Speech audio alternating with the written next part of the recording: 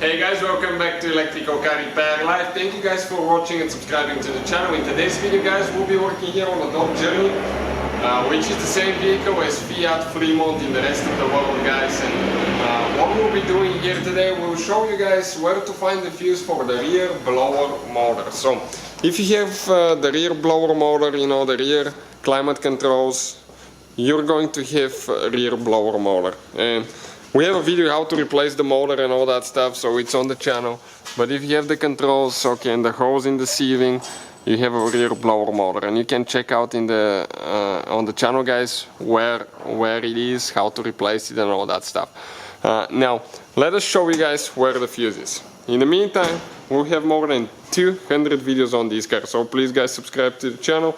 Our mission is to save you as much money here guys as we can. So we need to go to the passenger side now, and you will notice that we removed the glove box. You do not need to do that. We removed it so we can gain a little bit more room to stick the camera in there. You will have a glove fuse box, okay, right here underneath the glove box. Okay, that fuse box guys, okay, on the back side of the cap you will see the fuse numbers. We need to find fuse number 114. Okay, it says rear HVAC 114, and this is a 20 amp fuse. So this is the fuse, okay, right here. This is for the rear HVAC.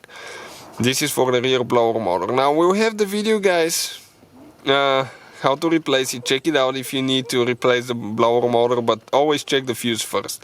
In addition, you can find the fuse listed in the description of the video below for your convenience if you need to buy a new one. You'll see where we got them from and all that stuff. So thank you guys for watching. Please subscribe to the channel for more videos, and see you guys next time.